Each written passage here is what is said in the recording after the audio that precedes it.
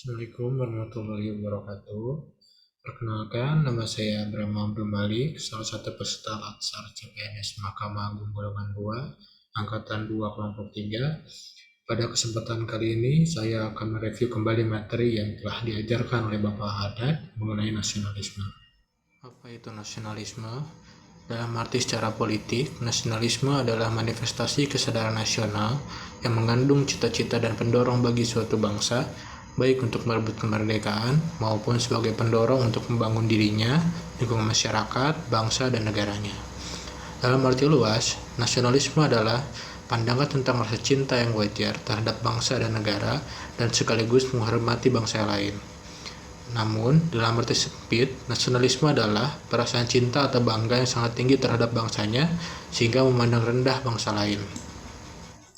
Nasionalisme Pancasila adalah pandangan atau paham kecintaan manusia Indonesia terhadap bangsa dan tanah airnya yang didasarkan pada nilai-nilai Pancasila.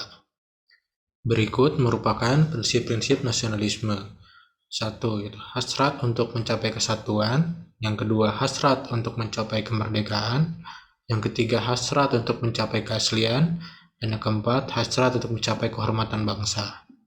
Mendorong munculnya paham nasionalisme yaitu yang pertama, adanya campur tangan bangsa lain, misalnya penjajahan dalam wilayahnya.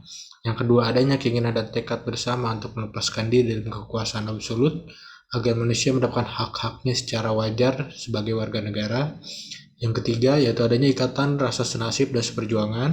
Dan yang terakhir adalah bertempat tinggal dalam suatu wilayah. Berikut merupakan butir-butir pengamalan nasionalisme Pancasila dalam kehidupan sehari-hari. Sila pertama, ketuhanan yang Maha Esa. Kita bisa saling menghormati kebebasan menjalankan ibadah sesuai dengan agama dan kepercayaan masing-masing. Butir kedua, sila kedua, kemanusiaan yang adil dan beradab. Kita bisa mengakui persamaan derajat, persamaan hak, persamaan kewajiban antara sesama manusia. Sila ketiga, persatuan Indonesia. Kita harus rela berkorban untuk kepentingan bangsa dan negara. Sila keempat, kerakyatan yang dipimpin oleh hikmat kebijaksanaan dalam permusyawaratan dan perwakilan. Kita bisa mengutamakan musyawarah dalam mengambil keputusan untuk kepentingan bersama, menerima dan melaksanakan hasil musyawarah dengan etikat yang baik dan lapang dada. Dan yang terakhir, sila kelima, keadilan sosial bagi seluruh rakyat Indonesia. Kita bisa mengamalkannya dengan cara menjaga keseimbangan antara hak dan kewajiban. Seorang ASN yang memiliki nasionalisme akan menyadari bahwa dirinya memiliki 3 fungsi, yaitu pertama, sebagai pelaksana kebijakan publik, yang kedua, sebagai pelayan publik, dan yang terakhir, sebagai perekat pemersatu bangsa. ASN sebagai pelaksana kebijakan publik berdasarkan pasal 10 Undang-Undang Nomor 5 Tahun 2014 tentang Aparatur Sipil Negara. Salah satu fungsi ASN yaitu sebagai pelaksana kebijakan publik, yang dimana ASN sebagai eksekutor yang melaksanakan segala peraturan perundang-undangan yang menjadi landasan kebijakan publik di berbagai bidang dan sektor pemerintahan. ASN sebagai pelayan publik, yang pertama, ASN harus bersikap adil dan tidak diskriminatif dalam memberikan pelayanan kepada masyarakat. Yang kedua, ASN itu harus profesional dan berintegritas dalam memberikan pelayanan. Dan ASN juga harus menjunjung tinggi nilai-nilai kejujuran, keadilan, tidak korupsi, transparan, akuntabel, dan memuaskan publik.